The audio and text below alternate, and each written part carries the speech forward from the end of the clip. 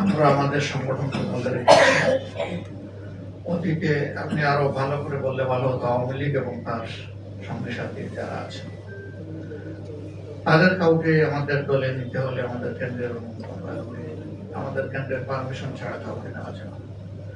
আমাদের কাছে কেউ পারমিশন চাইনি, অতএব নেওয়া হয়।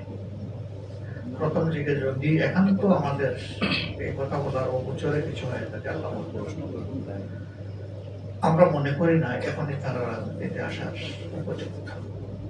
কারণ এই দেশের রাজনীতিকে তারাই হত্যা করেছে, তারা সন্ত্রাসের রাজত্ব কায়েম করেছে, অসংখ্য মায়ের বুক খালি করেছে, অসংখ্য মানুষ গুম হয়েছে, গুম হওয়া মানুষদের সকলে ফিরে আসেনি এখন।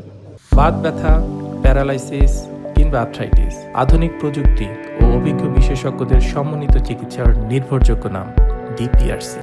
এই অবস্থায় আওয়ামী লীগ আবার রাজনীতিতে চলে আসবে, যে কোনো কলস বদলে এটাই তাদের জন্য দুর্ভাগ্য। এ পর্যন্ত আওয়ামী লীগ কোনো দুঃখ প্রকাশ করেনি, সামান্য কোনো অনুশোচনা, বরঞ্চ প্রতি মুহূর্তে তারা বাগাড়ম্বর নিয়ে চলছে। নেত্রী পাশের দেশ থেকে মাঝে মাঝে সত্য না মিথ্যা বলতে পারবো না, অনেকে বলে যে উনি কি আছেন না নাই তাও তো বুঝি না, আমি এটাতেও জানছি না, কিন্তু তার উস্কানি তো অব্যাহত আছে।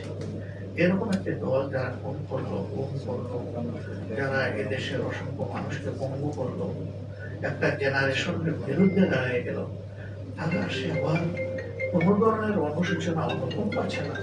আমি শুধু দল বাড়ি করার জন্য তাদেরকে রাজনীতিতে সম্পৃক্ত করব, এটি অন্যায়, একটি জঘন্য অপরাধ, এটি হবে সামাজিক অপরাধ। এটা করা তার উচিত, আমরা এটা মনে করি।